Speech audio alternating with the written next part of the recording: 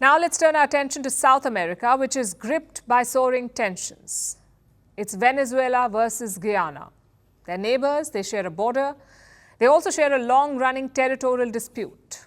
The dispute is over Essequibo, an oil-rich region, about two-thirds of Guyana's territory. Venezuela has long claimed ownership of this region. Guyana has strongly contested it. But Venezuela is not budging. Yesterday, Venezuelans turned up to vote in a controversial referendum, a vote to take over the disputed territory. And guess what? More than 95% approved of it, approved of the takeover. So what does this mean for both the countries? Our next report tells you. This is Essequibo.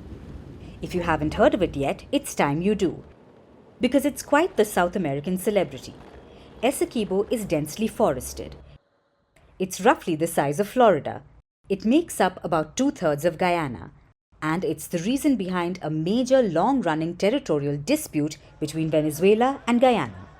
Because you see, Essequibo is also oil-rich. In 1899, international arbitrators set the current boundaries. This happened when Guyana was still a British colony. But Venezuela has long disagreed with this move, claiming ownership of the land, arguing that during Spanish colonial times, Essequibo was within Venezuelan borders. Since I was a child, we have always said that Essequibo is a territory that belongs to Venezuela. The international side made a decision without asking us. They pushed Venezuela's side.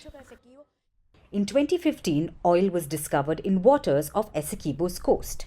In September this year, Guyana held an auction for companies to bid for exploration licenses there. This heightened tensions tremendously, and now Venezuela is brimming with fury.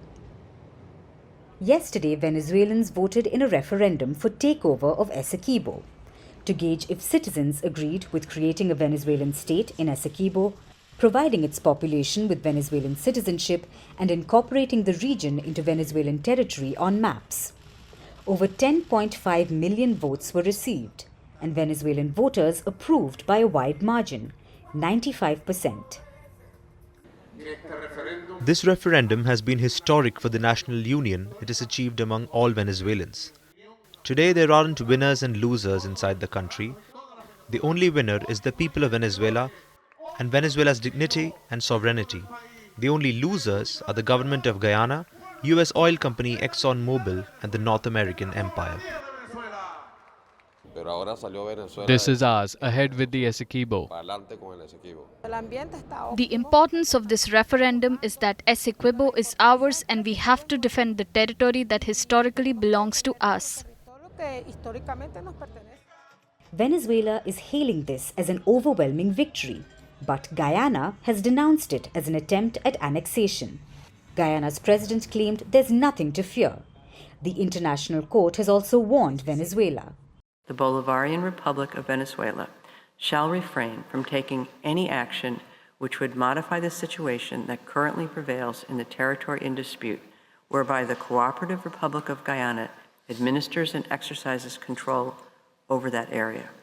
But Venezuela does not recognize the court's verdict. Despite international pressure, it's determined to assert claim over Essequibo. The question remains, what will become of its referendum?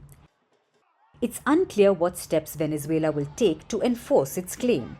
This was a largely symbolic referendum, so Venezuela may not take further constitutional steps or use force. But maybe that was never the goal.